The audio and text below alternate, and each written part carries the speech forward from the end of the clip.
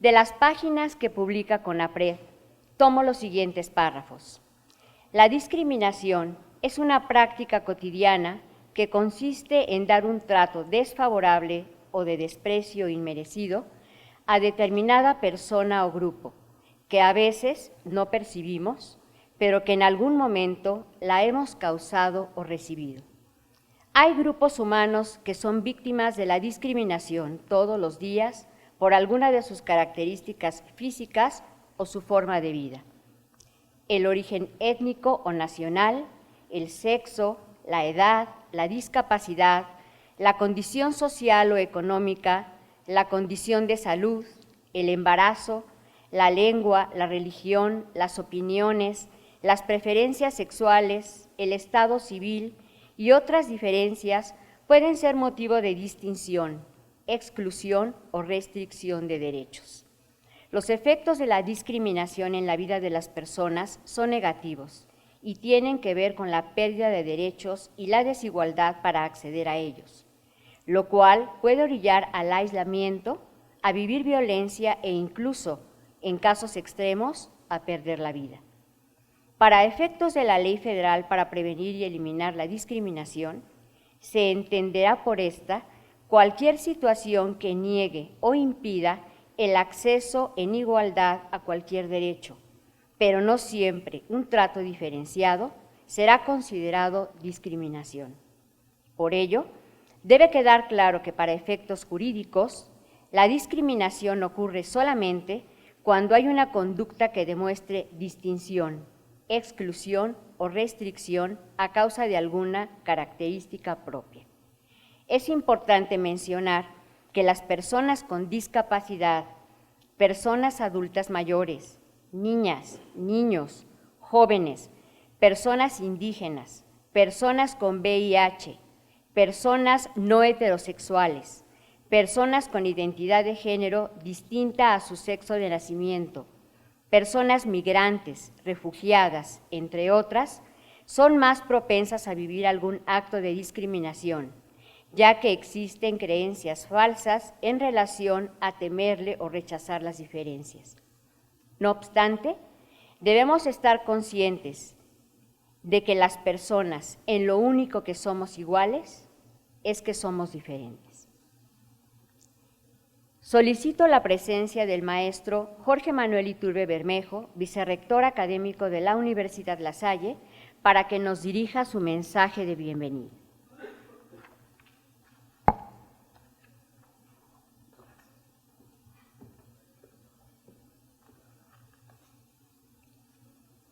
Muy buenas tardes, maestra Alexandra Jaspasiuk, distinguidos invitados especiales, queridos directores, coordinadores de apoyo académico, jefes de carrera de posgrado, docentes, investigadores y muy queridos alumnos que forman esta comunidad universitaria.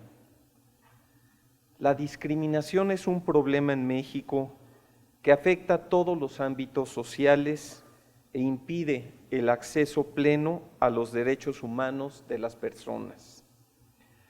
Como señala el Consejo Nacional para la Prevención de la Discriminación, el CONAPRED, la discriminación debe comprenderse como un conjunto de restricciones, exclusiones, distinciones que afectan las libertades, los derechos y las oportunidades de individuos y grupos sociales.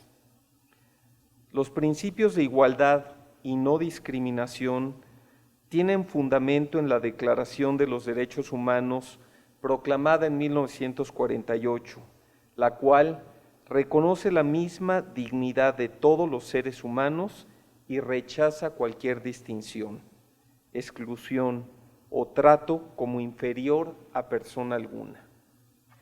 De igual forma, la Constitución Política de los Estados Unidos Mexicanos reconoce el principio de no discriminación en su artículo 1, en el que señala: en los Estados Unidos Mexicanos, todas las personas gozarán de los derechos humanos reconocidos en esta Constitución y en los tratados internacionales de los que el Estado mexicano sea parte, así como en las garantías para su protección, cuyo ejercicio no podrá restringirse ni suspenderse, salvo en los casos y bajo las condiciones que esta Constitución establece.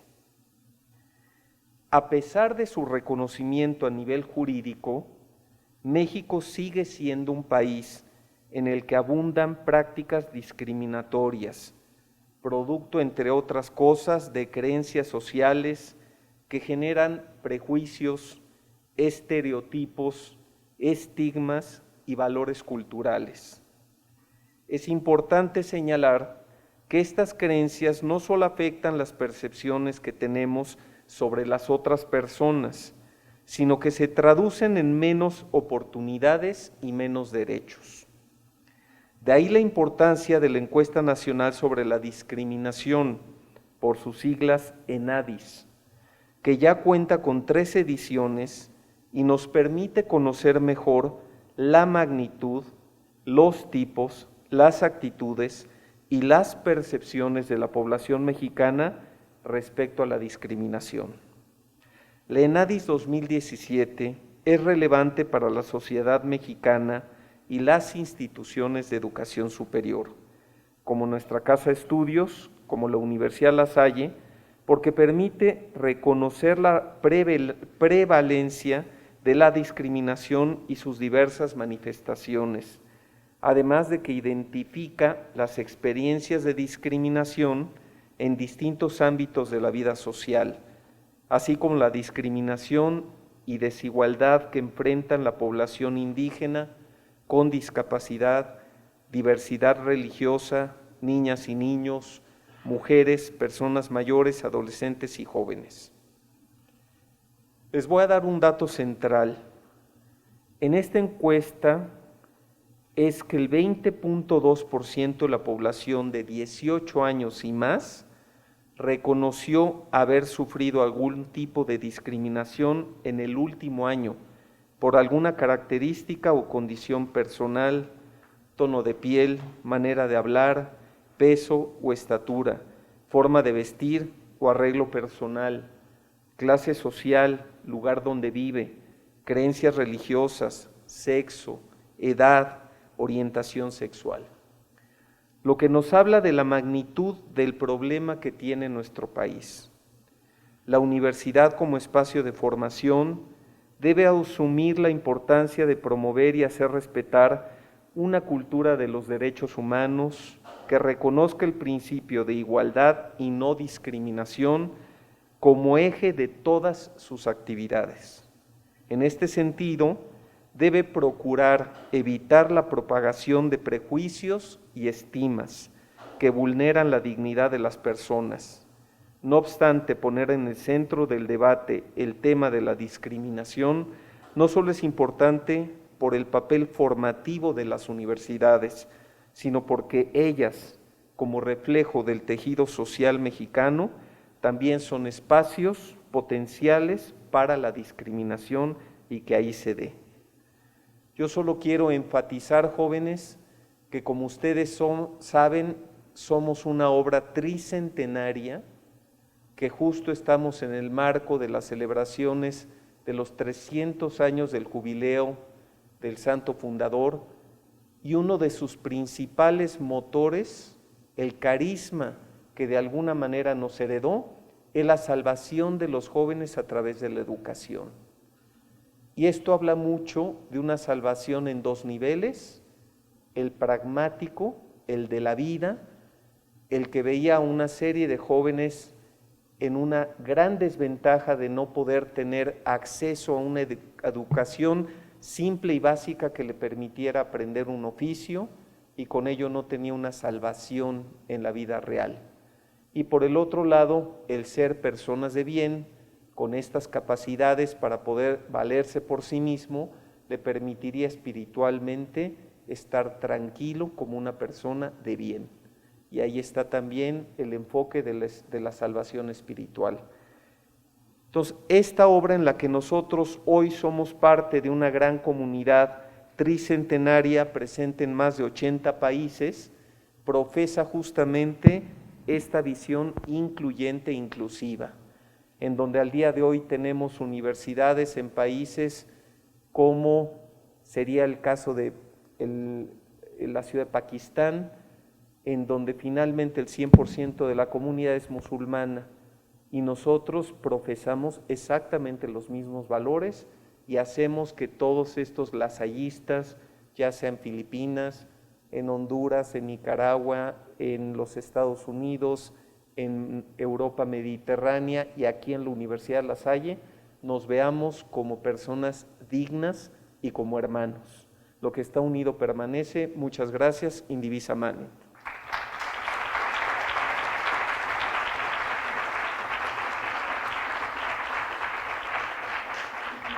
Muchas gracias, maestro, por su mensaje.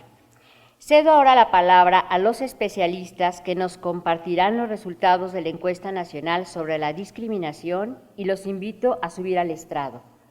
Maestra Alejandra Jaspasiuk, maestro Jesús Rodríguez Cepeda, doctora Lourdes López Pérez y el doctor José Ricardo Bernal Lugo.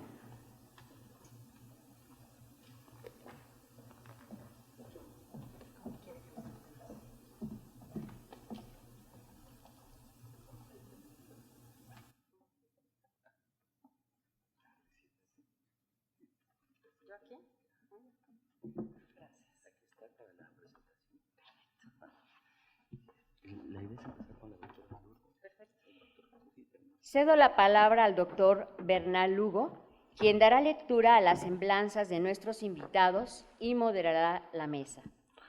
Muchas gracias a todas y todos. Muchas gracias al vicerrector de la universidad, al maestro Francisco, a la maestra Margarita, a la doctora Dalia por el apoyo para esta actividad, a todas ustedes.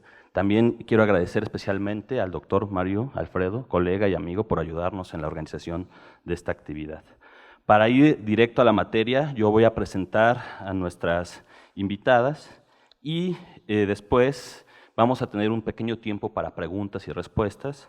Ojalá podamos debatir sobre estos temas que resultan de mucho interés. Va a comenzar la doctora Lourdes López para contextualizar un poco la importancia del tema sobre discriminación y tratarlo a nivel educativo y en la universidad en particular. Procedo a leer su semblanza. La doctora Lourdes López Pérez es doctora en Ciencias Sociales con especialidad en Sociedad y Educación por la Universidad Autónoma Metropolitana, Unidad Xochimilco. Es candidata a investigadora nacional del Sistema Nacional de Investigadores, SNI, del CONACYT. Actualmente se desempeña como jefa del doctorado en Educación e Investigación de la Universidad La Salle, México. Ha trabajado en el Instituto Nacional para la Evaluación de la Educación, INEE, en la Facultad Latinoamericana de Ciencias Sociales, sede México, en el Flaxo de México, y en la UAM Xochimilco. Su trayectoria profesional la ha desarrollado en los campos de la investigación educativa, la docencia y la evaluación educativa y la política de desarrollo social en la Ciudad de México. En investigación y evaluación tiene experiencia en el diseño e instrumentación de evaluaciones a gran escala de la educación obligatoria con enfoque de derechos humanos, seguimiento y evaluación de egresados de posgrado, así como en construcción de competencias profesionales. De igual forma, forma parte de un grupo de investigación que tenemos en la universidad que se llama Estudios sobre Justicia Social, Pobreza y Desigualdad. Cedo la palabra a la doctora Lourdes. Buenas tardes a todos, es un gusto estar aquí con los colegas y con todos ustedes para hablar en función de un gran problema nacional, que es la discriminación y que se monta en función de la desigualdad estructural, que bueno, será un tema que estaremos discutiendo aquí los tres ponentes. Voy a hacer énfasis, o mi intervención va a ser un gran énfasis en la perspectiva de la encuesta como un recurso pedagógico, que incluso la misma encuesta lo explicita de manera muy clara, en el sentido de que nos ayude a reflexionar, repensar e incluso cambiar o transformar las prácticas educativas que tenemos en las instituciones escolares, en particular incito en la universidad, es decir, voy a hacer comentarios que nos inciten a la reflexión de lo que pasa en nuestro centro escolar, pero además también pensándolo no solamente a nivel de práctica educativa, interrelación de los procesos de aprendizaje o lo que pasa en las aulas, sino también pensarlo en términos de las dinámicas y las relaciones que tenemos a nivel institución como universidad, donde participamos no solamente estudiantes y docentes, sino administrativos, autoridades y el resto de los actores educativos. Y además también, pues evidentemente, como un recurso, la encuesta, un recurso también que brinda información necesaria para tomar decisiones, también a nivel de política educativa. Estaré haciendo algunas menciones, sobre todo desde la perspectiva de derechos humanos, que es el enfoque en el que me voy a centrar. Como bien dice Ricardo, somos parte de un grupo de investigación que se centra en estudios sobre la desigualdad. Entonces, mis dos grandes preguntas que van a organizar las reflexiones es: ¿por qué es importante hablar de discriminación en la universidad? Este es uno de los grandes ejes. Y el otro es en función de los referentes que tenemos y de las estrategias que tengamos a mano, ¿qué podemos hacer para combatirla, para erradicarla? Porque la lucha contra la discriminación y contra la desigualdad es una tarea que nos corresponde a todos y a todos los niveles. Entonces, en función de eso, organizo mi presentación. En primer lugar, destaco lo que también ya comentó el vicerrector, el maestro Jorge, también la introducción que hizo la maestra Margarita y también Ricardo, en torno a que es muy importante que al hablar de discriminación y de desigualdad tenemos que tener una perspectiva de derechos humanos. Y en este sentido, la educación es un derecho humano, pero además también, y esto es algo que también de repente en términos analíticos tenemos que tener muy claro, sobre todo en los resultados que nos va a presentar Alejandra. Voy a enmarcar un poco la perspectiva del derecho, voy a hacer diferencia entre derecho a la educación y derecho en la educación, que básicamente en términos conceptuales se organiza alrededor de las 4A, que es asequibilidad, o lo que nosotros podríamos entender como disponibilidad, lo que conocemos como accesibilidad y lo que conocemos también como aceptabilidad y adaptabilidad. Las dos primeras A hacen referencia al derecho a la educación. ¿Qué quiere decir esto? Que es el acceso de los grupos a la educación. Entonces, esa es la asequibilidad. Y la siguiente, la asequibilidad. Por ejemplo, les voy a dar un ejemplo. Cuando nosotros pensamos en términos de oferta educativa, y como hemos visto a lo largo de nuestro país, a lo largo de la historia, identificamos políticas de oferta educativa que van en función de un mandato constitucional que hace obligatorio un nivel educativo. Este mandato que hace obligatorio un determinado nivel educativo hace que se diseñe una política educativa que está orientada hacia la oferta, que estipula que se creen en un primer lugar escuelas de educación básica, después educación media superior y en un siguiente nivel pues las instituciones de educación superior. Es decir, este primer nivel, este primer acceso de derecho a la educación se enfoca básicamente a la oferta, que son condiciones de infraestructura, mobiliario, equipo. El siguiente nivel es el nivel de accesibilidad. ¿Qué quiere decir esto? Que dando por supuesto que hay condiciones de oferta educativa, el siguiente paso es eliminar todo tipo de barreras que puedan impedir el acceso de los estudiantes a la educación. Pueden ir desde cuestiones económicas, físicas, legales o administrativas. Voy a dar un ejemplo y es así como voy a ir metiendo algunos ejemplos también para pensarlo en términos de la universidad. Si pensamos en términos de accesibilidad y pensamos en cuestiones físicas, lo primero que tenemos que reflexionar es, por ejemplo, si en las instalaciones universitarias tenemos o hemos logrado erradicar barreras de carácter físico para que los estudiantes con discapacidad puedan entrar a la universidad y puedan ejercer su derecho a la educación.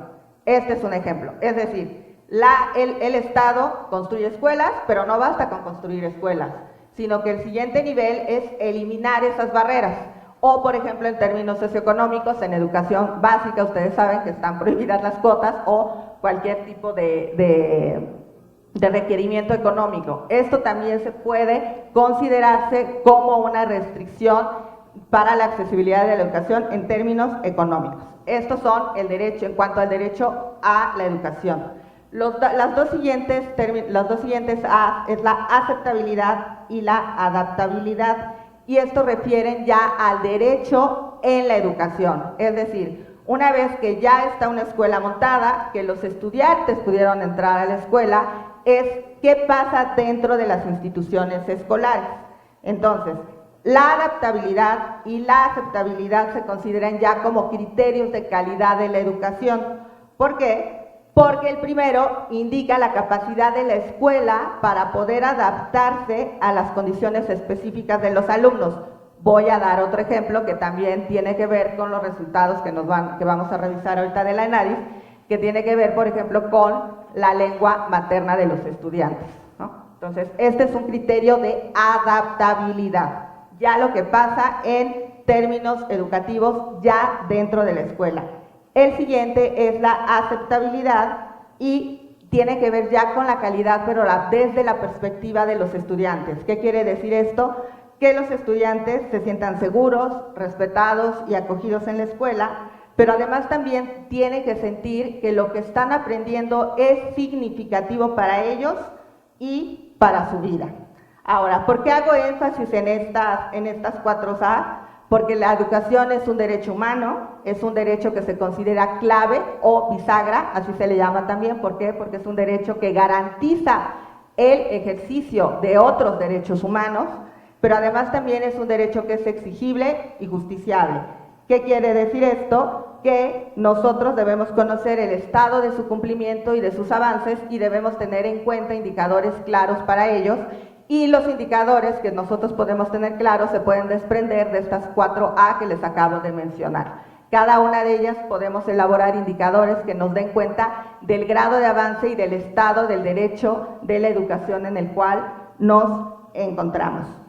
Y en ese sentido, pues, podríamos pensar cómo estamos en la universidad, qué tan preparados estamos para enfrentar la discriminación. En un primer lugar, bueno, debemos de considerar, nosotros todos en este momento sabemos que la universidad es un espacio para el debate, para el libre desarrollo de ideas, pero también tenemos que mirarnos hacia nosotros mismos y reflexionar, porque como bien dieron en la introducción, podemos ser considerados un subsistema que es parte de la gran sociedad mexicana. La ENADIS nos está dando cuenta que somos una sociedad con profundas desigualdades estructurales, con discriminación, y que además, pues estas, por lo que hemos visto, pues se transmiten incluso hasta de manera intergeneracional en función de la dinámica de acceso, restricción de derechos. Entonces, un primer elemento que debemos de tener en cuenta es que pues la universidad no ha sido un espacio neutro. Sabemos que en términos históricos, bueno, las poblaciones universitarias hasta no hace mucho, el siglo pasado, eran sumamente homogéneas, hombres con recursos económicos y capital cultural alto, en función de las políticas de ofertas y además de las discusiones de derechos humanos, y a partir también de la discusión de la gran reforma que se dio en 2011 a nivel constitucional, en el sentido de que ya no hay garantías individuales, es decir, en el que el Estado no garantiza, sino lo que hace es reconocer derechos, pues hemos dado también grandes saltos, al menos en términos jurídicos, pero aquí un punto importante es que, bueno, para llegar a la construcción tanto de discriminación como de desigualdad estructural, no solamente hemos tenido o echado mano de la ciencia jurídica, sino que hemos tenido que tomar mano de otras disciplinas como es la historia y como es la sociología. Y esas son las grandes discusiones en torno a cómo hemos podido llegar a decir y afirmar que tenemos o estamos presentes ante desigualdad y discriminación estructural. Entonces, este es un gran elemento. La universidad no es un espacio neutro, tenemos que reconocerlo como tal. Como bien decían, hay datos en que nos podemos reconocer como sujetos de discriminación, o sea que hemos sido discriminados, pero también de manera inconsciente o consciente, o de manera directa o indirecta, también quizá hemos sido sujetos que han causado discriminación o que han causado un daño a otro. Entonces, en este sentido, pues hay que pensar que hay una discriminación que sucede incluso antes de la universidad. Vamos a ver en los datos cómo hay grupos que de manera persistente todavía no han llegado a acceder a la universidad, que recuerdan que este es uno de los primeros elementos para considerar en términos de los indicadores para garantizar el derecho a la educación, el acceso. También la desigualdad que surge o que se da dentro de la propia universidad. Y otro elemento también que debemos tener muy en cuenta pues es la invisibilidad que puede estar presente de la discriminación, que quizá este es uno de los grandes temas. El hecho de que logremos llegar a la universidad, no por arte de magia, se borran las situaciones ni las prácticas. ¿Por qué? Porque estamos hablando de prácticas de discriminación. Y entonces aquí es justo donde está presente el acto educativo. Y como universidad debemos de estar presentes o conscientes de ello. También debemos de tener en cuenta que la discriminación es estructural y es relacional porque se da en función de las relaciones que tenemos los diferentes actores educativos, en este caso dentro del espacio escolar. Otro elemento también que es muy importante es la documentación de los actos de discriminación. Esto es un hecho, es decir, hay que hacerla visible, tenemos que mostrarla, tenemos que hablar de ello, no tenemos que tener miedo para hacerlo. Y la materialización también de las prohibiciones de discriminación, que esto puede ser también a través de documentos o de acciones institucionales que no solamente prohíban la discriminación, sino también que permitan la denuncia o que establezcan protocolos de cómo actuar ante casos de discriminación. Esto también es muy importante y en ese sentido también podemos reflexionar como universidad, si tenemos estos instrumentos, si no, si tenemos que avanzar en función de ellos para poder garantizar el acceso libre de derechos, porque también como lo mencionaron, el hecho de la discriminación es que hay una restricción de derechos. Podemos pensarlo también, por ejemplo, si revisamos, el Instituto Nacional para la Evaluación de la Educación hizo un estudio de los reglamentos escolares y se dio cuenta que los reglamentos escolares, tanto en educación básica como en educación media superior, están llenos de obligaciones para los estudiantes, pero no tienen derechos de los estudiantes. Este es un gran tema, porque no se está reconociendo a los estudiantes como sujetos de derecho, ¿no? Entonces, esto marca desigualdad. Y en ese sentido, incluso también nosotros como universidad podemos pensar cuáles son los instrumentos y cuáles son las acciones, los mecanismos, los dispositivos que tenemos y también cómo estamos concibiendo y conceptualizando a cada uno de los actores educativos que nos estamos desenvolviendo dentro de la comunidad universitaria, porque esto también dice mucho y marca también desigualdad, sobre todo en términos de derechos. Otro elemento también que debemos de tener muy en cuenta es que la diferencia no se debe traducir en diferencia de derechos, que también es un elemento que ya mencionamos. Y bueno, también la educación como un espacio público, o público en el sentido de la intencionalidad y porque la educación es un bien público, encargada de educar, puede y es encargada también de denunciar y de tener resistencia a estos discursos de discriminación que reproducen las prácticas que se dan a nivel de la sociedad. Muchas gracias y bueno, ahorita regresamos para seguir reflexionando al respecto.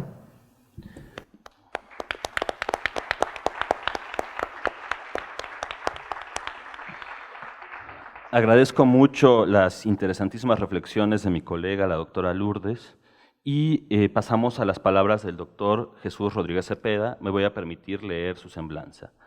El doctor Jesús Rodríguez Cepeda es doctor en Filosofía Moral y Política por la UNED en Madrid, España. Es investigador nacional nivel 3 en el Sistema Nacional de Investigadores y coordinador nacional de la Red de Investigación sobre Discriminación RINDIS. Entre sus libros destacan La política del consenso, una lectura crítica del liberalismo político de John Rawls, Estado y transparencia, un paseo por la filosofía política, El igualitarismo liberal de John Rawls, Estudio de la teoría de la justicia, Iguales y diferentes, la discriminación y los retos de la democracia incluyente, Democracia, educación y no discriminación, con Tatiana Rincón Covelli, La justicia y las atrocidades del pasado, Teoría y análisis de la justicia transicional, con Teresa González Luna, La construcción de una razón antidiscriminatoria, Estudios normativos y analíticos sobre la igualdad de trato. Recientemente ha coordinado el libro El prejuicio y la palabra, los derechos a la libre expresión y a la no discriminación en contraste, y para discutir la acción afirmativa, teoría y normas en 2 volúmenes. Fue presidente de la Asociación Iberoamericana de Filosofía Política de 2005 a 2011, fue presidente académico de la Cátedra UNESCO Igualdad y No Discriminación de 2010 a 2012, auspiciada por la Universidad de Guadalajara y el Consejo Nacional para Prevenir la Discriminación. Ha sido profesor, además de la UAM Iztapalapa, del posgrado en Flaxo, México, y en el Centro de Investigación y Docencia Económica CIDE, y sus líneas de investigación son contractualismo, teorías de la justicia y teoría política de la no discriminación.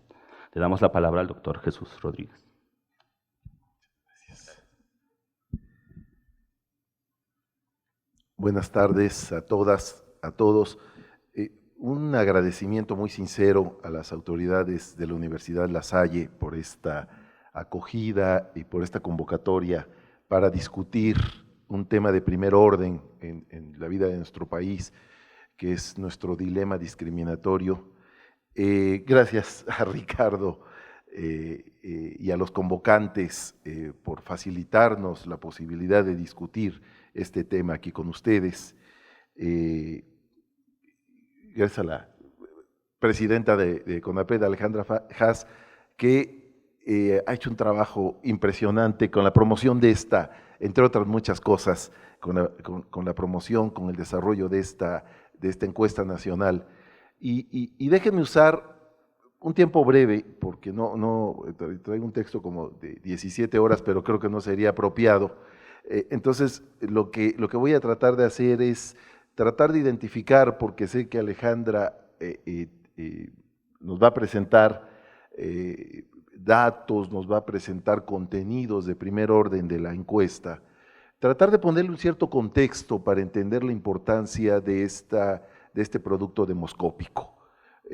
No es cualquier resultado analítico, vivimos en una sociedad llena de encuestas y creo que vale la pena tratar de resaltar, tratar de identificar las razones por las cuales vale la pena que se revise, que se conozca, que se discuta ampliamente la encuesta nacional sobre discriminación 2017.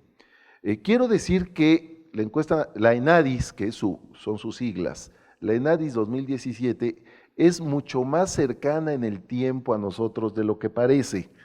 Es decir, está fechada en 2017, pero apareció en 2018. ¿No? Entonces está muy cerca de nuestra experiencia y es un producto tan complejo, es un resultado de investigación con tantas vertientes y tantos aportes que apenas estamos empezando a desmenuzar y analizar sus resultados. Una buena tesis de licenciatura, maestría o doctorado tendría una batería de elementos de investigación con los cuales lidiar durante largo tiempo, solo dedicándose a la ENADIS.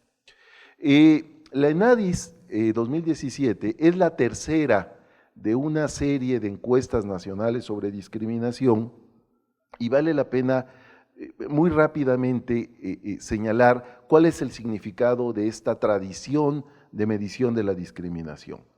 En México no se medía discriminación hasta hace muy poco. No solo no se medía, la doctrina oficial del Estado mexicano, la respuesta oficial del Estado mexicano ante los comités de Naciones Unidas encargados de cuestiones discriminatorias es que en México no hay discriminación. Es la respuesta que todavía se da al Comité de Discriminación Racial en 1999. Ya varios de los que estamos aquí estábamos vivos, cuando el Estado mexicano abiertamente en documento oficial negaba la existencia de discriminación en México. Hay muchas razones, no vamos a entrar a ellas, pero esto quiere decir que la agenda de estudios sobre discriminación es completamente novedosa. Y es novedosa no solo en México, sino en el mundo, también hay que decirlo, lo cual le va a dar un valor agregado a este producto. La primera encuesta sobre discriminación apareció en el año 2005 y estuvo a cargo ya del Consejo Nacional para Prevenir la Discriminación y de la Secretaría Federal de Desarrollo Social en ese momento.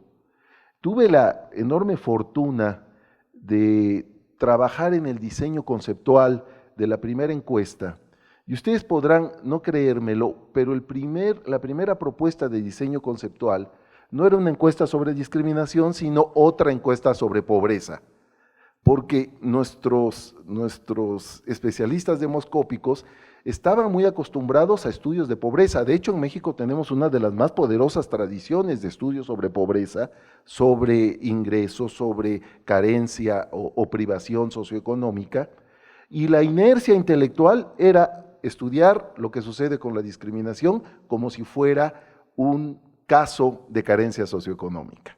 Bueno, ahí lo interesante, y yo creo que el resultado más destacable de esa primera encuesta, es que por lo menos entendimos que la discriminación tiene que ver con procesos culturales y con representaciones colectivas, es decir, con la manera en que entendemos a los grupos, con la manera en que los juzgamos y en consecuencia con las disposiciones de conducta que surgen hacia esos grupos a partir de la manera en que los vemos.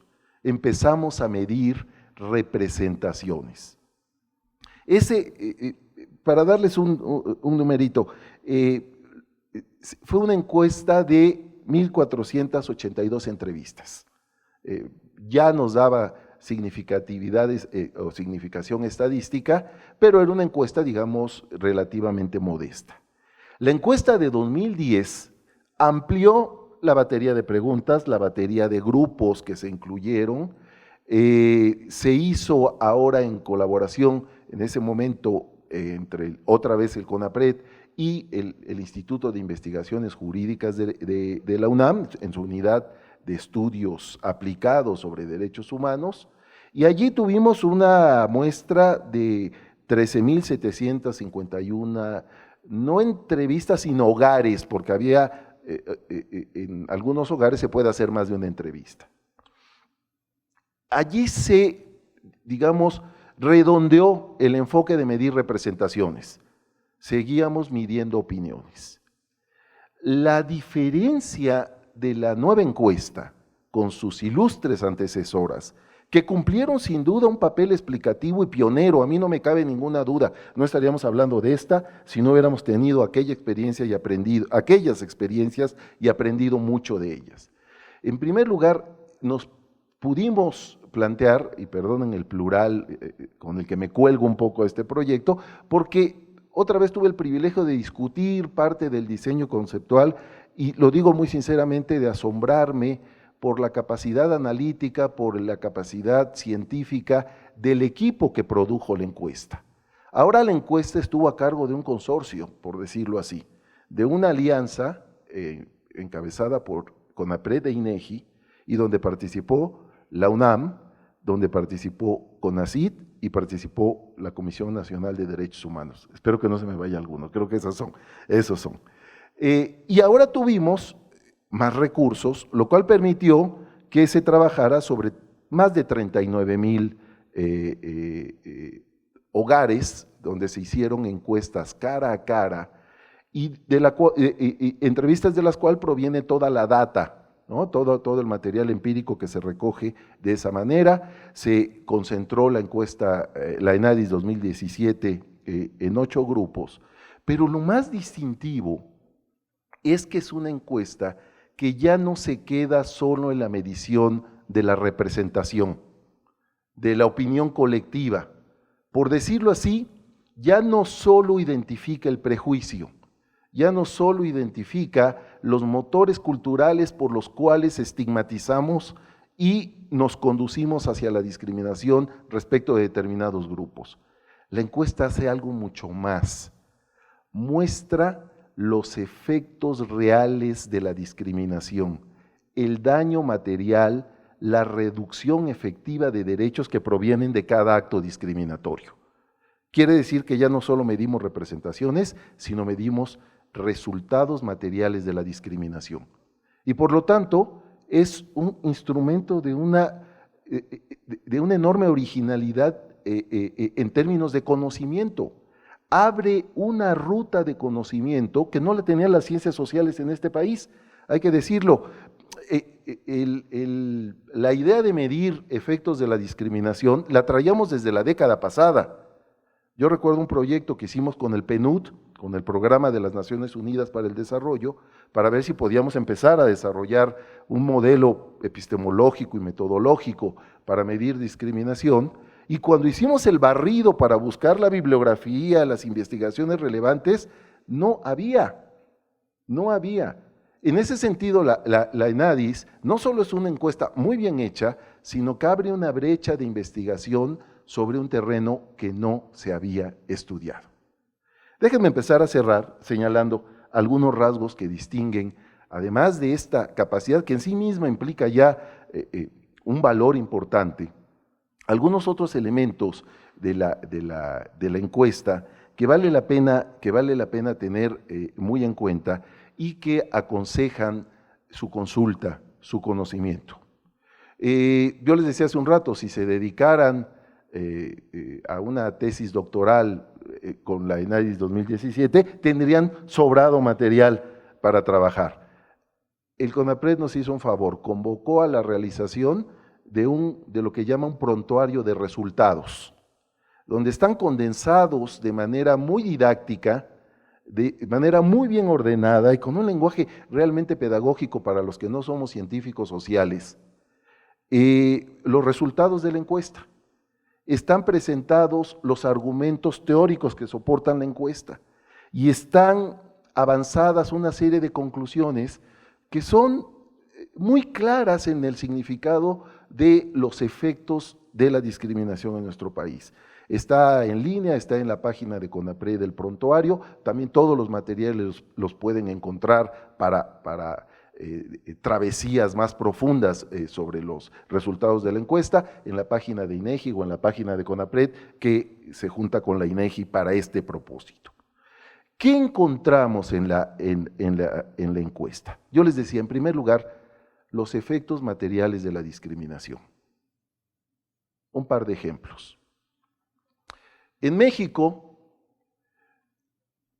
casi en población abierta, es decir, la población medida en su nivel promedio, casi un 3% de las personas son analfabetas. Es una tasa baja de analfabetismo, considerando de dónde venimos. Pero entre las personas con discapacidad, el 20% sufren de analfabetismo. Quiere decir que el derecho a la educación está severamente restringido en el caso de personas con discapacidad. Ahí lo que tenemos es un efecto material que podemos medir. Es decir, no solo cómo el desprecio social segrega y excluye a las personas con discapacidad, de algún modo eso ya lo sabíamos, sino los efectos tangibles de ese desprecio social. Pero hay otros datos que nos pueden echar para atrás, nos pueden conmover la conciencia moral. En este país, las posibilidades de que una persona con tono de piel moreno, un tono no claro, además a partir de la autoidentificación de las personas con la tonalidad de piel que cada una cree tener, mientras más oscuro sea el tono de piel, más limitadas son las oportunidades educativas, las oportunidades de tener un salario adecuado o un ingreso alto o una posición laboral de élite. Las élites sociales en México se blanquean. Conforme uno sube la pirámide del dinero y del poder, se va blanqueando la población para convertirse en una minoría, ¿no? Hay quien han interpretado esto en términos ahora se llama de pigmentocracia, ¿no? En fin, tiene limitaciones ese concepto, pero por lo menos nos avisa de que tenemos un problema que nuestra conciencia nacional no registraba. Racismo documentado por la ENADIS 2017. Vean ustedes esos resultados y lo mismo vale para población indígena, mujeres, personas con discapacidad, etcétera, etcétera. Hay otro punto. La encuesta se toma muy en serio la dimensión teórica, es decir, si uno le tiene que agradecer algo a las instituciones que lo hicieron, es que realmente se tomaron en serio el trabajo científico que en este país se ha construido con mucho esfuerzo Y estos resultados científicos, por ejemplo, han generado lo que se llama la interpretación o el enfoque estructural de la discriminación. ¿Qué quiere decir eso? La encuesta no se queda en la idea de que los actos de discriminación son actos particulares, separados, espontáneos, discretos, sino que los entiende como pautas sociales. Lo grave de la discriminación es que es un conjunto de pautas sociales mediante las cuales nos socializamos, que se mantienen en el tiempo, que afectan a colectivos humanos completos y pautas que se reproducen intergeneracionalmente, es decir, que tienen un alcance histórico. Y ese tamaño de problema, el que la discriminación sea un conjunto de pautas sociales, exige una política pautada, una política institucional del Estado mexicano para que sus medidas de garantía del derecho a la no discriminación también tengan una dimensión estructural. Y un último aporte que me gustaría destacar, hay otros muchos más, es solo una invitación, realmente eso quiere ser esta participación, un enfoque que ahora es muy novedoso en los estudios de grupos subalternos o de relaciones de desigualdad o desde luego en el terreno de los estudios antidiscriminatorios, lo que se llama interseccionalidad. A mí me gustaba más el término discriminaciones agravadas, discriminaciones múltiples, pero desde luego ya perdí esa batalla hace muchos años y ahora hablamos para ponernos de acuerdo en un concepto de interseccionalidad. La idea de interseccionalidad es que sobre la base de la condición de género, de la posición de género, la posición que ocupan las mujeres en las relaciones sociales, podemos localizar cómo se cruzan con esa posición otras condiciones subalternas. No es lo mismo ser mujer urbana que mujer en una zona rural. No es lo mismo ser una mujer blanco mestiza que una mujer indígena. Y no es lo mismo ser una mujer con capacidades regulares que una mujer con discapacidad. ¿Qué quiere decir esto? Que aunque la condición de mujer en sí misma implica ya una desventaja, bajo cualquier condición social, la discriminación se agrava y se abisma cuando concurren otros elementos también sujetos a discriminación, como la discapacidad, como la pertenencia étnica, como la profesión de una fe distinta a la de la comunidad o la existencia de una orientación sexual distinta a la convencional. Esos abismos de la discriminación generan reductos de exclusión radical que en nuestro país no son exactamente insignificantes, tienen también un gran peso social y nos explican buena parte de los problemas de fragmentación y de carencia de desarrollo. Eso lo vamos a encontrar en la encuesta. Para los que no son científicos sociales estrictos, formales, etcétera, yo les recomiendo un verdadero paseo, ¿no?, donde aprende uno mucho, que es el prontuario de resultados de la encuesta, y seguramente les saldrá interés para ir viendo las rutas que abre. Como resultado, ese todavía tenemos que ver los resultados y discutirlos. La encuesta tiene, ¿qué sería? Como una especie de agregado, como una adenda cualitativa que se ha hecho sobre todo con grupos de orientación sexual. Precisamente porque la identificación de esa población para efectos demoscópicos es más difícil en el levantamiento que se hace para el propósito empírico de la encuesta. Es decir, sigue dando resultados, abrió una ruta de conocimiento que vale la pena tener en cuenta y sobre todo, y con esto termino, nos pone de frente a una realidad que de algún modo todos conocíamos, pero que ahora no tenemos cara para negar. En este país se discrimina a la mayoría de la población y la discriminación es uno de nuestros grandes problemas nacionales. Muchas gracias.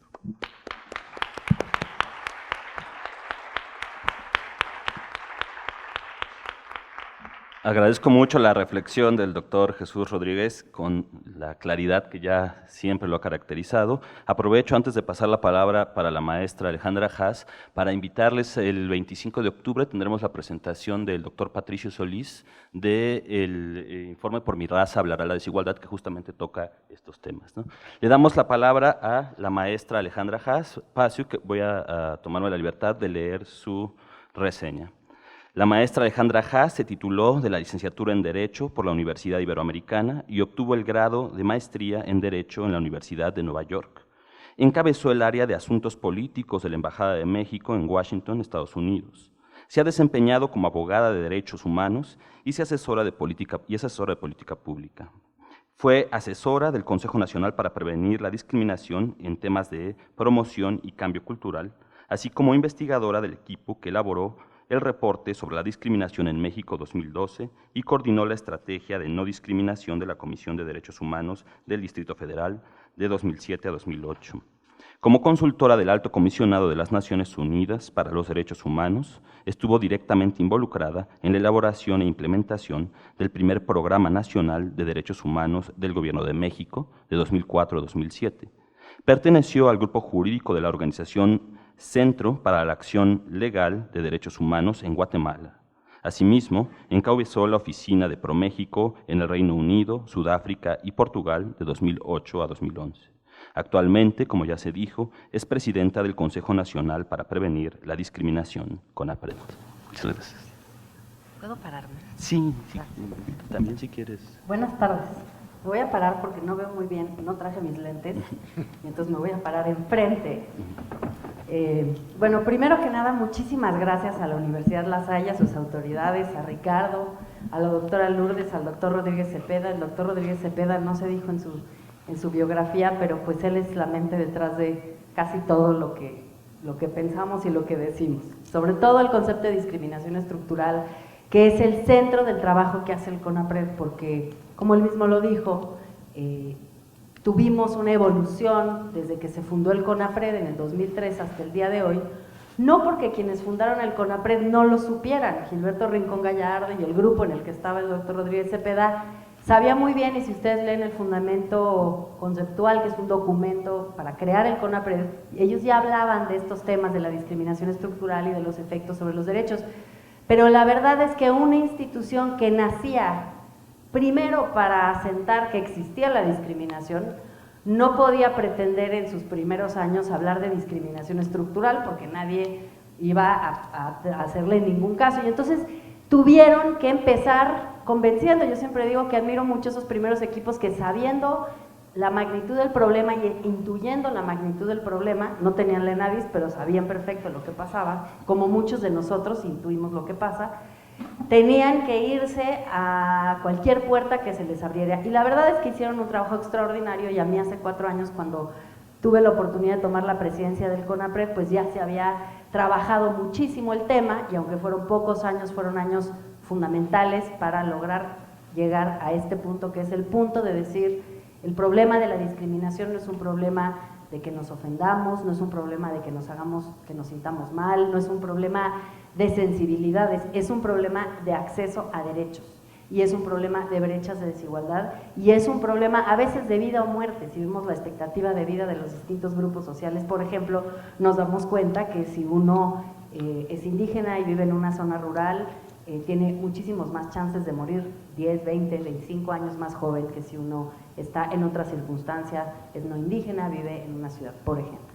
Entonces, a la luz, digamos, de todo un desarrollo conceptual que hizo Gilberto Rincón Gallardo y la gente que trabaja en CONAPRED en esa época, después Ricardo Bucio como el siguiente presidente, pudimos llegar en este nuevo equipo a pensar cómo hacemos esta nueva encuesta. Jesús ya lo adelantó muchísimo de lo que yo les quería decir como introducción, que es: nos dimos cuenta que había que medir algo más que percepción, que había que medir desigualdad en el acceso a los derechos, y nos preguntamos cómo hacerlo. Y aquí les van algunos resultados y algunas cosas. Bueno, yo les quería decir antes que nada, porque quizá muchas de ustedes no saben, el CONAPRED es una institución, insisto, creada hace 16 años por una ley que se llama la Ley Federal para Prevenir y Eliminar la Discriminación. Estamos sectorizados en la Secretaría de Gobernación, tenemos autonomía de gestión, y básicamente tenemos 3 funciones principales: atender quejas, hacer trabajo de cambio cultural, vinculación, educación, y también hacer estudios, legislación y políticas públicas. Para todas esas funciones inmensas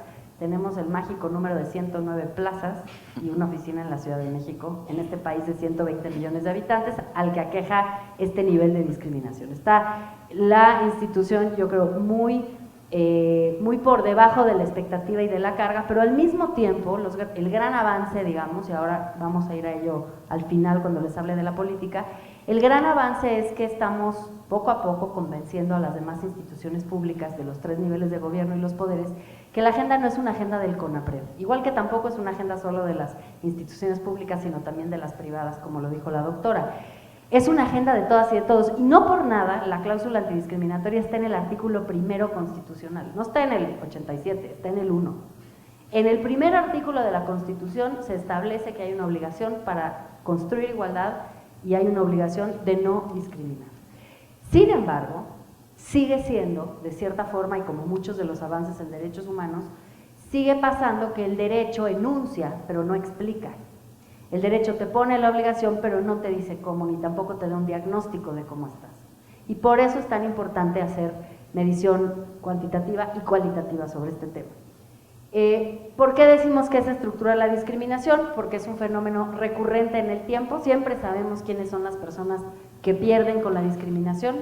Los tratados internacionales ya te lo anuncian, hay un tratado de los derechos del niño, un tratado de los derechos de las personas con discapacidad, de los trabajadores migratorios y sus familias, de la discriminación contra las mujeres, unas reglas todavía no tratados sobre el tema de orientación sexual y identidad de género, hay también un convenio de la OIT sobre derechos de las personas y pueblos indígenas.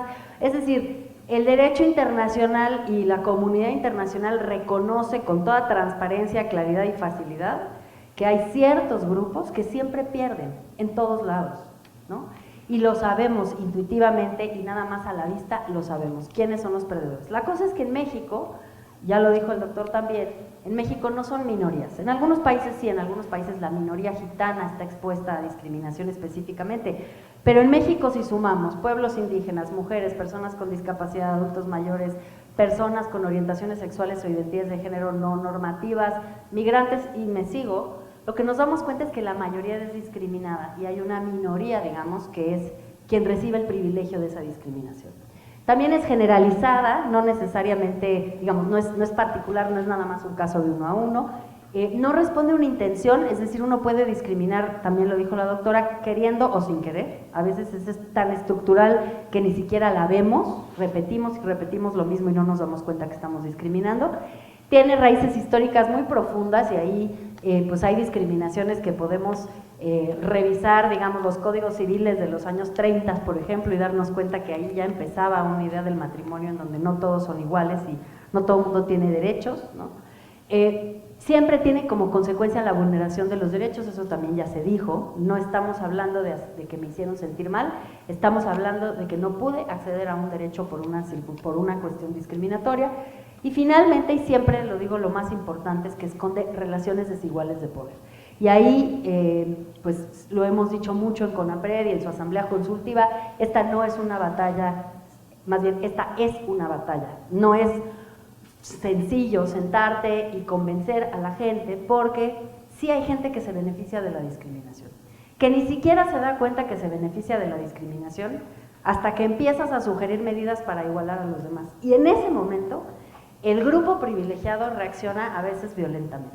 Lo hemos visto en términos de compartir el poder político, con las cuotas de género que luego se convirtieron en paridad, y aunque sé que hay que estudiarlo todavía más, pero preguntarnos si el aumento en la violencia hacia las mujeres que están en política no tiene que ver con esa resistencia de los hombres a ceder espacios políticos por vía de la paridad.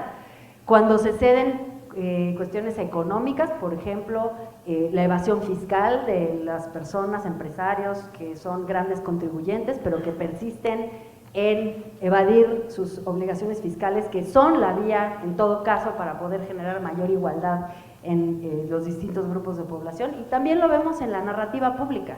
Hay muchísima resistencia a ver a los grupos en situación de discriminación en espacios de televisión, por ejemplo. Los acentos regionales en México es algo que no conocemos, ¿no? En la televisión pública, en la televisión abierta, lo que vemos son personas que hablamos como el de la Ciudad de México, pero los acentos regionales no están representados.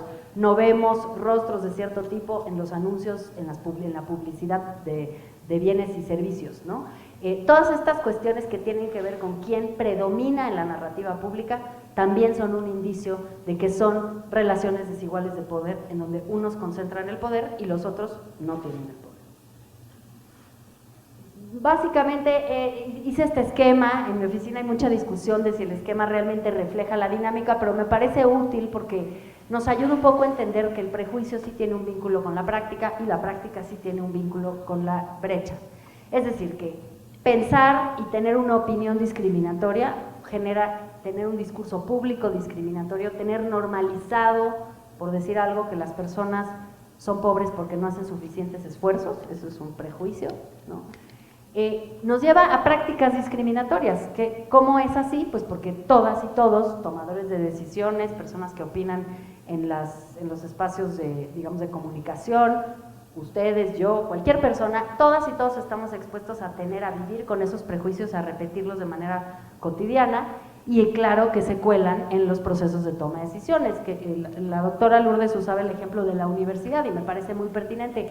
¿Dónde se tienen que revisar las universidades? Pues cómo están haciendo sus convocatorias para estudiantes, por ejemplo, ¿no? ¿Por qué? Porque la persona que recluta profesores no necesariamente está consciente de sus prejuicios, no necesariamente actúa de forma maligna, pero como decíamos antes, hay prácticas discriminatorias inconscientes, indirectas, uno piensa que está siendo neutral, pero no está siendo neutral. Ejemplo clarísimo, la fotografía en el currículum.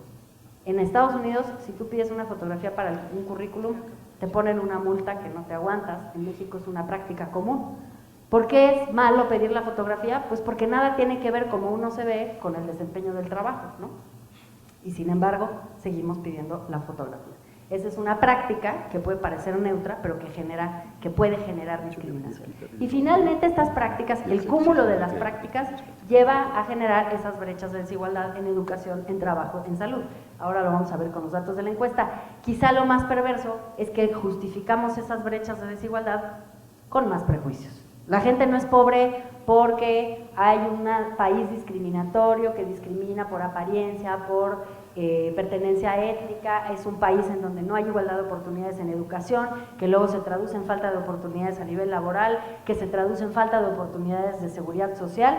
Toda esa estructura e infraestructura que hemos creado que es discriminatoria, no cuenta cuando pensamos que las personas son pobres pues porque no le echan ganas, ¿no? Pues ¿qué tanto le puede uno echar ganas? Yo no conozco gente que más ganas le echa que las personas más pobres que tienen que estar 2 horas en el transporte público, que tiene que, digamos, hacer todas las cosas que hace otras personas, tienen, digamos, facilidades y comodidades, esas personas no las tienen, y sin embargo seguimos pensando que las personas pobres son pobres porque no hacen suficientes esfuerzos. Ya hablo mucho de esto, Jesús, no me voy a detener sobre los conceptos, pero básicamente les doy algunos resultados de la encuesta que son interesantes. Falta de apertura en la vivienda. La pregunta era, si pudiera rentar un cuarto de su casa, ¿se lo rentaría a una persona? Y aquí van las respuestas. El primer rechazo que tenemos es hacia las personas extranjeras. 2017, antes de las caravanas, México, un país de migrantes, tiene rechazo hacia las personas extranjeras. Y jóvenes, 38%. Los resultados de los jóvenes sobre los jóvenes de la encuesta son tremendos. Estamos, dizque, en el bono demográfico, en pleno momento en donde se supone que los jóvenes están en su mayoría entrando al mercado laboral y sin embargo se enfrentan, por supuesto que a prácticas, pero primero a prejuicios en su contra, y los veremos otros prejuicios más adelante. También, por supuesto, a 2 poblaciones que son señaladas de manera consistente como las poblaciones de las más afectadas por la discriminación, las personas trans y las personas gays o lesbianas. Sobre ese tema voy a hablar un minuto al final, la ENDOSIG es otra encuesta que hicimos para este grupo de población, y el tema de VIH-Sida, que lo que me parece es que denota una inmensa ignorancia de toda nuestra población y una falla del sistema educativo.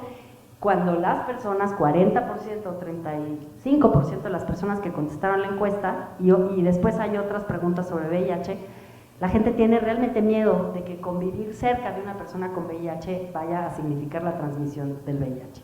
Y eso la verdad es que es muy preocupante porque quiere decir que no sabemos lo mínimo en materia de prevención de las enfermedades de transmisión sexual, no sabemos lo mínimo del VIH, no entendemos nada sobre esa condición y sobre las maneras en las que se transmite.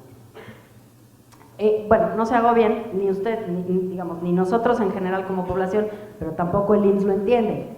Hace poco ganamos un caso en CONAPRED ante la Suprema Corte porque el IMSS le hacía pruebas de VIH a los médicos antes de ingresar al IMSS, porque argumentaban que quizá le iban a transmitir a los pacientes el VIH. Hay evidencia científica a nivel internacional de que hay 0 casos de transmisión de un doctor a un paciente, un doctor con VIH, 0. Y el IMSS sostenía que él le tenía que hacer el examen. Entonces sí tenemos un problema serio. Falta de apertura a la diversidad en política, también buena pregunta porque vemos nuestras reticencias y nuestras resistencias. Las mujeres es una gran sorpresa, hay bastante aceptación, pero hasta el fondo, bueno, personas gays y lesbianas siempre, insisto, de los grupos más discriminados y reconocidos como tal por toda la población encuestada. Pero fíjense en el segundo resultado, 52% de los hombres, 52% de las personas encuestadas dijo que estaría de acuerdo, o más bien 47% dijo que no votaría por una persona nacida en el extranjero de padres mexicanos. Eso quiere decir que con nuestros más de 32 millones de mexicanos en Estados Unidos, somos incapaces todavía como país de entender la doble nacionalidad, de entender que los mexicanos que nacen fuera también son mexicanos. La verdad es que sí tenemos un problema con nuestra xenofobia y con nuestro nacionalismo mal entendido. Imagínense que esto es lo que enfrentan las personas repatriadas. Son maltratadas y repatriadas por el gobierno de Estados Unidos y cuando llegan aquí son maltratadas por nosotros, por la sociedad mexicana. Prejuicios y estereotipos. Está chiquita la letra, pero ahí les voy diciendo algunos que son tremendos. Fíjense en el primero. El 62% más o menos, la barra de arriba, la naranja es de los hombres y la de azul son las mujeres, pero el 62% de la población piensa que los jóvenes son irresponsables. Y les quiero decir algo sobre ese. También hicimos un corte de edad de cómo iban respondiendo las personas. En casi todos los prejuicios, las personas jóvenes tienen niveles mucho más bajos de prejuicio que las personas que estamos, digamos, en las edades intermedias y que los adultos mayores, que son quienes más prejuicios tienen.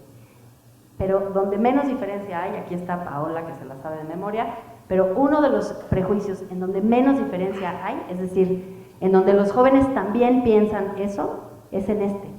Los jóvenes piensan de sí mismos que son irresponsables. Y eso es muy delicado, cuando el propio grupo discriminado tiene interiorizado el prejuicio y el estereotipo sobre sí mismo.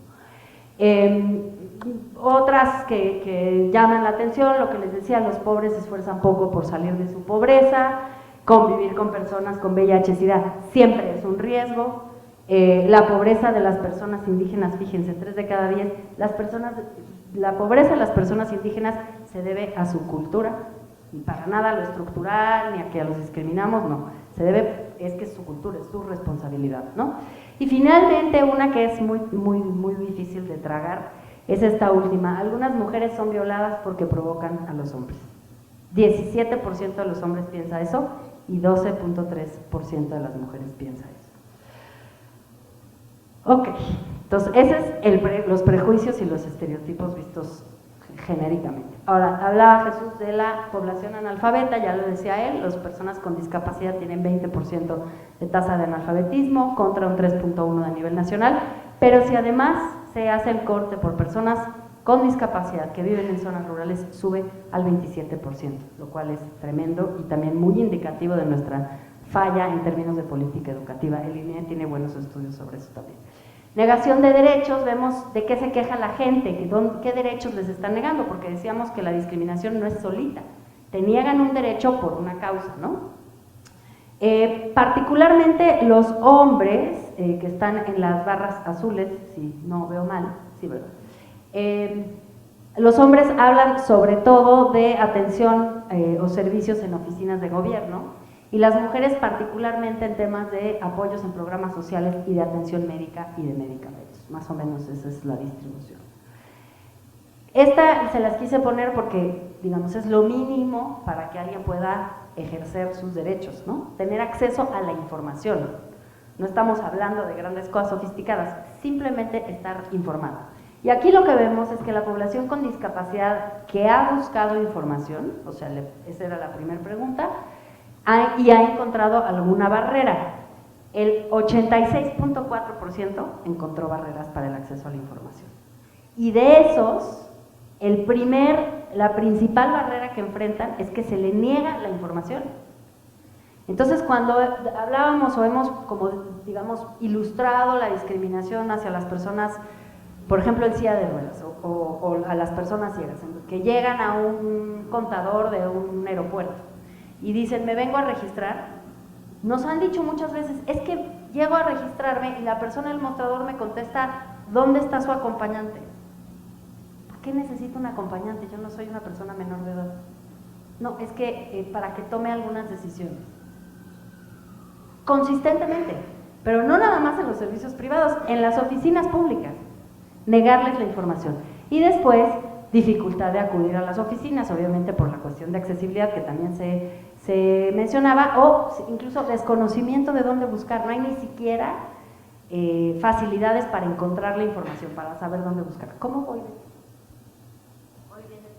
Bueno, discriminación múltiple, también lo decía, o bueno, interseccional, ahí ya no me acuerdo, Jesús, si tú me decías que había que decir interseccional o me decías que había que decir múltiple, pero ya quedó múltiple, es lo mismo, pero sí la muestra tiene la gran ventaja de que nos permite medir algo que no se medía, no se sabía o no se podía medir, y es que si eres una mujer adscrita indígena, trabajadora del hogar, estás mucho peor, 43.3% de las mujeres que contestaron la encuesta, que son mujeres adscritas indígenas y trabajadoras del hogar, se les negó injustificadamente un derecho en los últimos 5 años. Se me hace poco, la verdad, pero... brechas de desigualdad de asistencia escolar, pues otra vez vemos a la población hablante de lengua indígena y la población con discapacidad de manera consistente siendo excluida de las oportunidades. En educación superior, pues este dato horrendo, 22.5% de las mujeres no indígenas van a la universidad contra un 4.9% de las mujeres indígenas, ¿no? Prestaciones laborales, muy importante, porque ustedes saben que tenemos esta ficción en México de que tú vas a ser un trabajador formal y como trabajador formal te va a proteger la seguridad social del IMSS, por decir algo, y en realidad pues muchísima gente, más del 50% no está cubierta por el IMSS y de manera consistente en todos lados hay trabajadores informales, como si fueran ellos responsables, pero lo que vemos es que a nivel nacional hay, digamos, 4 de cada 10 personas tiene contrato de trabajo y prestaciones médicas, pero si tú eres un hablante de lengua indígena, solo 1 de cada 10 tiene contrato laboral y prestaciones médicas. Y igual bajo para personas indígenas por autoadscripción. Uso de servicios de salud, ahí destaca particularmente que el 72% de las personas hablantes de lengua indígena son derechohabientes del Seguro Popular, contra la media nacional que es del 36%.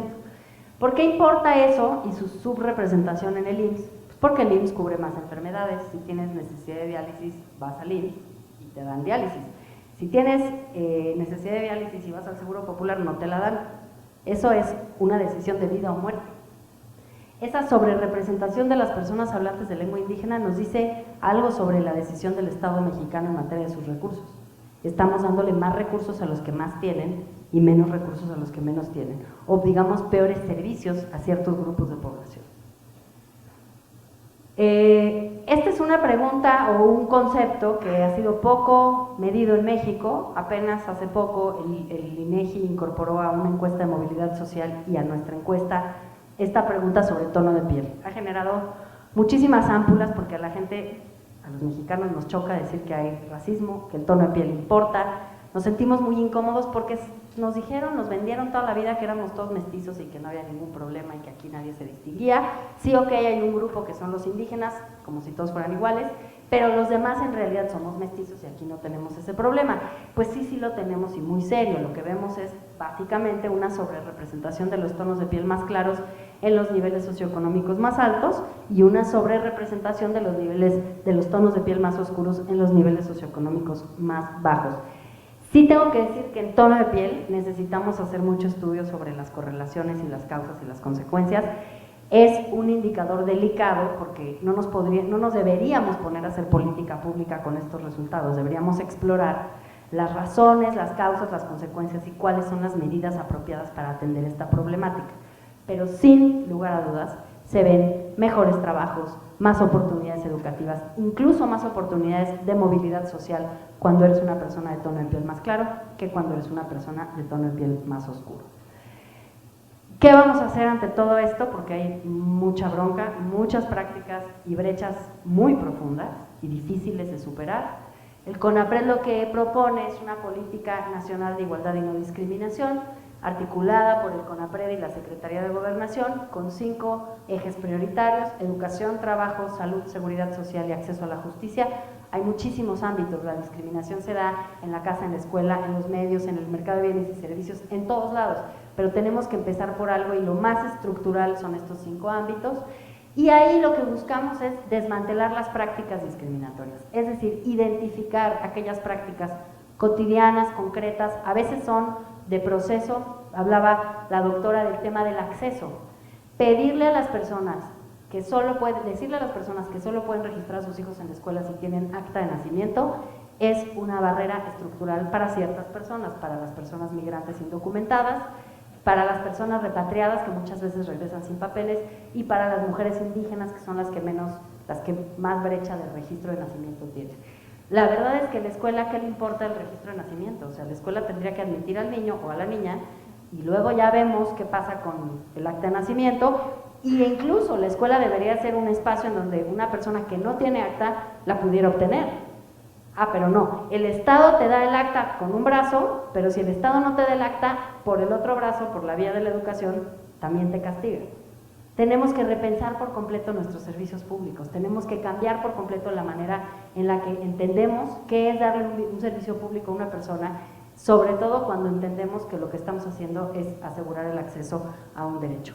¿Y qué necesitamos? Necesitamos, ya para terminar, ponernos metas de acortar brechas de desigualdad. Creo que una de las cosas que más daño ha hecho, aunque no es que yo critique a esas instituciones, pero sí critico la manera en la que hemos descansado cómodamente sobre ellas, es que tenemos instituciones de discapacidad, de adultos mayores, tenemos instituciones para las mujeres, tenemos algunas para o hacia los migrantes, hacia las personas refugiadas, y el resto piensa, ah no, a mí no me hables de ese tema pues, es un tema del Instituto de Pueblos Indígenas. No, perdón, la brecha de desigualdad en el acceso a la educación de las personas hablantes de lengua indígena es un problema de la SEP. El Instituto Nacional de Pueblos Indígenas no tiene los recursos para acortar esa brecha. Y los problemas de salud son problemas de la Secretaría de Salud y de sus organismos. Y los problemas de acceso a la justicia de todo el sistema de justicia. Entonces, tenemos que dejar de ver el problema de la discriminación como un problema marginal, secundario. Pégale un pegoste a tu programa sectorial en donde tú le pones ahí que bueno, sí, las personas con discapacidad, a ver qué hacemos con ellas. Es central. El problema central es que no nos damos cuenta que somos un país diverso y que desde esa diversidad tenemos que construir políticas públicas que sean inclusivas. Muchas gracias.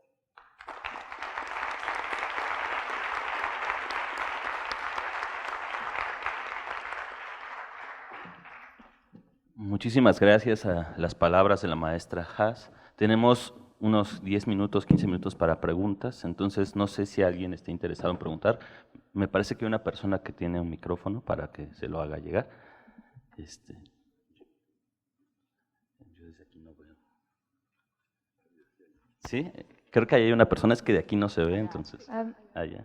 Gracias por sus participaciones, creo que fue muy valioso. Intentaré no acaparar mucho, en realidad solo tengo 3 preguntas.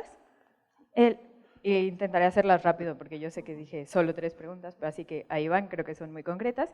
La primera es sobre desmantelar prácticas discriminatorias y bueno, también mencionaban que puede llegar a ser muy difícil porque las personas que gozan de esas estructuras discriminatorias, es decir, que tienen más privilegios, se resisten justamente a soltar esos privilegios. Y entonces mi pregunta concreta es, ¿hay alguna estructura sobre cómo se pueden cuestionar los privilegios heteropatriarcales para que eso vaya, digamos, traduciéndose en desmantelar prácticas discriminatorias?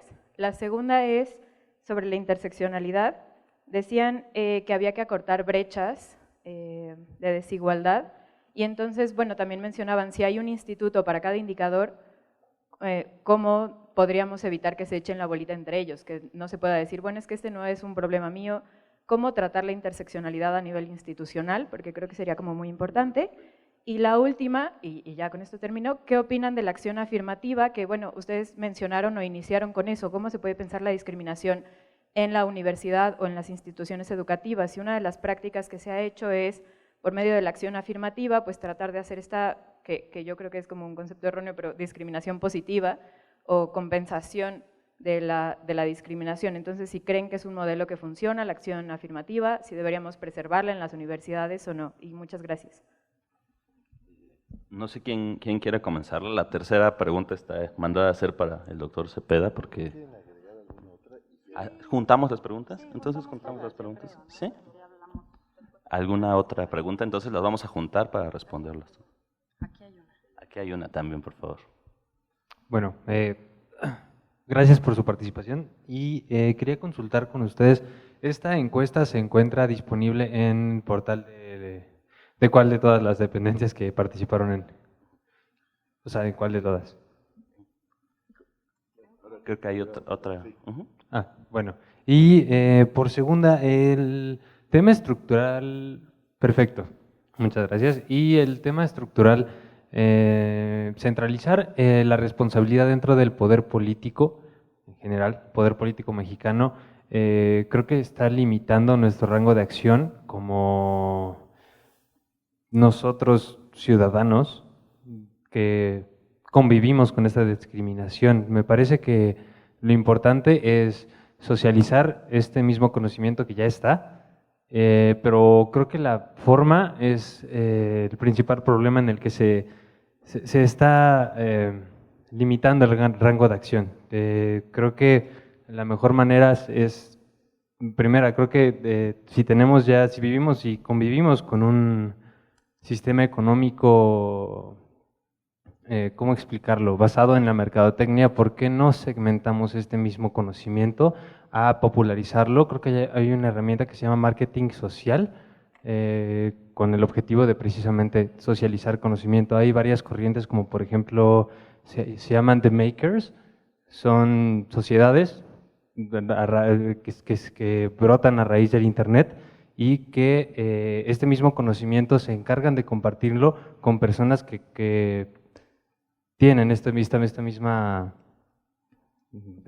no sé, mover, ¿no? Del cambiar, del hacer algo nuevo con la socialización del conocimiento, ¿no? Conocimiento en todos los sentidos. Muchas gracias. Ahorita contestamos las preguntas. ¿Alguna otra pregunta? Allá atrás creo que hay.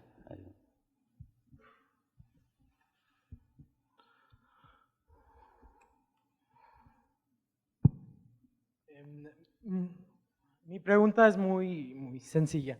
Sé que mencionaron que en la parte de pigmentación de piel, color de piel, no se ha buscado mucho esa raíz o esa historicidad, se puede decir, para encontrar un problema fundamental o un problema de la historia que lleva a cabo a lo que vivimos hoy. Pero mi pregunta es basado ya en todo lo demás. ¿Hay un punto fundamental en donde se puede buscar una raíz de estos problemas de discriminación, ya sea de las mujeres, de género, de indígenas, de estudiantes, de jóvenes y demás? Muchas gracias. ¿Alguna otra pregunta? Una más ya para terminar. Creo que es de este lado. Gracias, buenas tardes. Mi primera pregunta va relacionada para el doctor Cepeda. ¿De qué manera en la creación de políticas públicas se mencionaba que la desigualdad tiene procesos culturales y que estos actos de discriminación tienen estas pautas sociales? ¿Cómo combatir, otra vez como ante la resistencia de estos procesos, de estas pautas sociales, si viene como una cuestión de tradición? Y la segunda es para la doctora Lourdes, estrictamente, ¿qué papel tendría la Universidad La Salle para combatir los procesos de desigualdad? Muchas gracias por las preguntas y les damos las palabras. No sé si comenzamos igual que como participaron.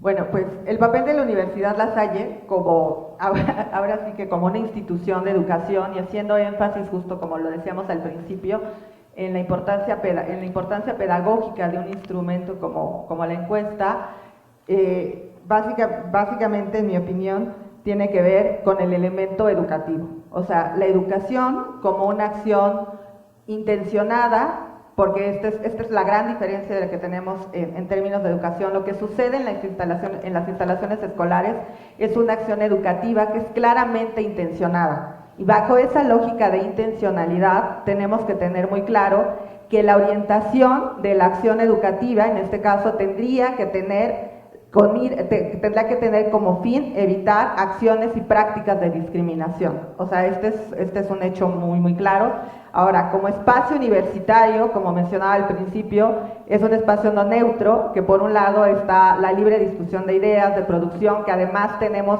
y buscamos atender grandes problemas nacionales, incluso buscamos que estas soluciones tengan aplicabilidad, pero también tenemos que reflexionar hacia nosotros mismos. Y en función de esta reflexión y de hacer visibles estos procesos, pues nos da pauta para poder identificar acciones o cursos de acción. Lo primero que tenemos que tener presente es visibilizar. O sea, mientras no visibilicemos los procesos que tenemos dentro de la propia universidad en torno a las prácticas de discriminación, difícilmente podremos hacer o podremos emprender acciones para combatirla y además para posibilitar el ejercicio de derechos. Este es un elemento indispensable. Si logramos hacerlo a nivel de las relaciones, tanto pensemos a nivel de micro, macro y meso, ¿no? O sea, independientemente de que sí estamos hablando de un punto de discriminación y de desigualdad estructural, y que tiene que atenderse de manera estructural, también es un hecho que la discriminación es relacional. En ese sentido, mientras nosotros también nos estemos relacionando a nivel micro, en el aula, en la universidad, y logremos identificar esas pautas, esas prácticas de discriminación, logremos visibilizarlas, logremos discutirlas, reflexionarlas, vamos a poder entender y comprenderlas para ejercer acciones para transformarlas.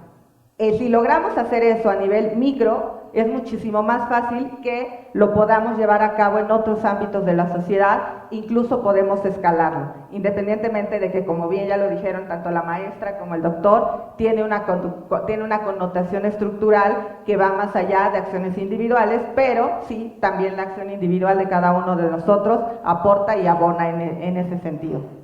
¿No? Bueno, me quedo aquí, doy la palabra a los demás y regresamos también para que ellos hablen.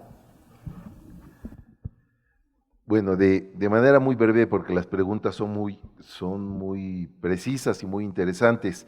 De la primera batería de preguntas, que todas tienen muchísimo filo, yo solo quisiera comentar la cuestión de acción afirmativa, porque es probablemente una de las estrategias más divisivas en el elenco de políticas antidiscriminatorias. Aunque hay que decir que no es a ver, los filósofos, los teóricos del derecho discuten teóricamente sobre la deseabilidad de las acciones afirmativas. Los legisladores las han puesto ya en la norma. Es decir, ya vivimos con acciones afirmativas. El ejemplo más claro pues, es el sistema de representación política, que no solo se ha establecido y desarrollado cuotas, sino una acción afirmativa de paridad de género en la representación. Yo creo que por otro lado, es absolutamente correcto denominar la acción afirmativa y no caer en el riesgo de denominarla discriminación positiva, discriminación inversa, discriminación contraria, porque es justamente nombrarla con el mal que se pretende reparar, con el daño que se pretende subsanar. Y yo digo que la discriminación es como la envidia, nunca hay de la buena. Así que la gente que dice, tengo envidia de la buena, no le crean, toda envidia es verdadera envidia. Y pues lo mismo con la discriminación, así que no hay de la buena. Toda discriminación es nociva porque es violación de derechos y por lo tanto el proyecto de acción afirmativa que tiene sus condiciones y tiene sus requisitos, ya vivimos con esa dimensión. De hecho, la ley federal para prevenir y eliminar la discriminación establece que una de las obligaciones del Estado mexicano en política pública es hacer acciones afirmativas. Es el tipo de políticas que están establecidas por la norma. Y solo con eso, son muchos temas, el tema de políticas públicas. Nosotros tenemos un déficit de enfoque antidiscriminatorio en el diseño, aplicación y evaluación de políticas públicas. Apenas estamos empezando a discutir la introducción de criterios antidiscriminatorios en el diseño de la política pública. Porque lo que con frecuencia sucede, aun cuando ciertas políticas están enfocadas a grupos históricamente discriminados, es que no tienen enfoque antidiscriminatorio. A veces el diseño de la política lo pretende resolver con 2 o 3 frases hechas o diciendo que se guían por el principio de igualdad y no discriminación, junto con la calidad y calidez, no sé por qué siempre aparecen juntos esos principios, y lo que estamos empezando a hacer es analizar las políticas públicas que han funcionado recientemente para identificar en ellas los contenidos antidiscriminatorios y para sugerir los contenidos deseables, porque lo que tenemos claro es que la exclusión no se resuelve si solo tenemos políticas de reparto, si solo tenemos políticas de compensación económica. Necesitamos calificar todas las políticas sociales del Estado mexicano con criterios de no discriminación, antisexismo, antirracismo, antihomofobia, inclusión de personas con discapacidad, porque el criterio antidiscriminatorio tendrá que ser transversal a las políticas públicas. Yo lo dejo ahí. Sí, y qué tal que no solo las sociales, sino, o sea, la política agropecuaria también tiene que eliminar sus sesgos discriminatorios. Es decir, es que la discriminación sí está en todos lados, en los incentivos para hacer pequeñas y medianas empresas, en la forma en la que un juez le emite una sentencia a una persona, en la política de hacer registros de población, o sea, en todo el Estado está acruzado el prejuicio, el estereotipo, el estigma, y está teniendo un impacto en la vida de las personas. Yo diría, ¿cómo cuestionar privilegios? Pues esa es la gran pregunta. O sea, a mí me parece que muchas veces se nos acusa a los que trabajamos en estos temas que estamos provocando divisiones. Es que ustedes preguntan por tono de piel y están creando un problema donde no lo hay. Pues ¿para quién, no? Porque para la gente que está subrepresentada en los niveles socioeconómicos más altos, pues ya es un problema ya hace mucho tiempo. Nombrar el problema no es provocarlo, lo que sí es provocarlo es no querer verlo, ¿no? Entonces me parece que lo primero para poder superar este problema de los privilegios es nombrarlo, decirlo, expresarlo, pero yo creo también explicar que hay muchísimo que perder en mantenernos en este sistema. Este sistema es un sistema que no funciona, no crece el país, no se distribuye la riqueza, no se combate la mortalidad materna, o sea, hay una serie de males nacionales que nos podemos medir de 1000 formas, pero que finalmente, no digo que todo sea un problema de discriminación, pero sin duda la discriminación juega un papel importante en todos los grandes problemas nacionales, además de ser un problema en sí mismo. Entonces, creo que realmente si queremos analizar políticas en contra de la violencia, políticas en contra de la pobreza, políticas de crecimiento económico, no ver lo que nos pasa en materia discriminatoria es no querer ver una forma de resolver esos grandes problemas. ¿Cómo tratar? Bueno, y la verdad es que también hay que sancionar a la gente por discriminar, o sea, sí hay un punto en el cual uno tiene que decir ya basta de buena voluntad, o sea, si tú tienes a una persona trabajando y no le das un aguinaldo, como las trabajadoras del hogar, no les das aguinaldo y no les das contrato, pues te haces acreedor a una sanción. O sea, sí llega un punto en donde uno tiene, o un banco que no le da servicios financieros a una persona por su tono de piel, que pasa y lo tenemos documentado, pues ese banco, como una escuela que no hace adecuaciones para personas con discapacidad, tiene que hacerlo, forzosamente, es parte de sus obligaciones que derivan de las leyes. ¿Cómo tratar la interseccionalidad en la política pública? La pregunta del millón, es decir, sí, tenemos un enorme desafío, pero hay que empezar por incorporar la realización en las instituciones públicas de que la discriminación es materia de todas y de todos y que acortar las brechas tiene que ser parte de la función de una institución pública que hace una política nacional, la educativa, la de salud, etcétera. Y creo que ahí ayuda mucho que instancias que miden el éxito de las instituciones midan eso, que no lo han hecho históricamente y creo que están empezando a hacerlo. El Coneval, por ejemplo, empezó midiendo pobreza y terminó midiendo discriminación. O sea, el equipo de Coneval no era un equipo que considerara la discriminación como un tema de su agenda y poco a poco se dieron cuenta que los pobres no solo son pobres, pertenecen todo el tiempo a ciertos grupos. Y entonces no nada más hay que aliviar la pobreza, sino también hay que entender de dónde proviene esa diferencia. ¿Qué opinamos de la acción afirmativa? Efectivamente, pues no es discriminación a la inversa o eso. Sí, creo que es donde más resistencias hay. En Brasil, por ejemplo, que tuvieron esa política de incluir a las personas afro en la educación superior, las resistencias fueron brutales, la gente se enfureció, pero mides a 10 años y sí lograron que más personas afrodescendientes se titularan de la universidad. Claro, me pueden decir, bueno, pero ahora eligieron a Bolsonaro, que es un racista. Pues sí, hay un problema serio con perder privilegios, y ahí lo vemos en Estados Unidos, lo vemos en Brasil, lo vemos en muchos países en donde los grupos que sienten que pierden privilegios luego votan al extremo porque tienen miedo. Por eso decía, es una batalla y no es fácil y es de largo plazo y nos vamos a tardar.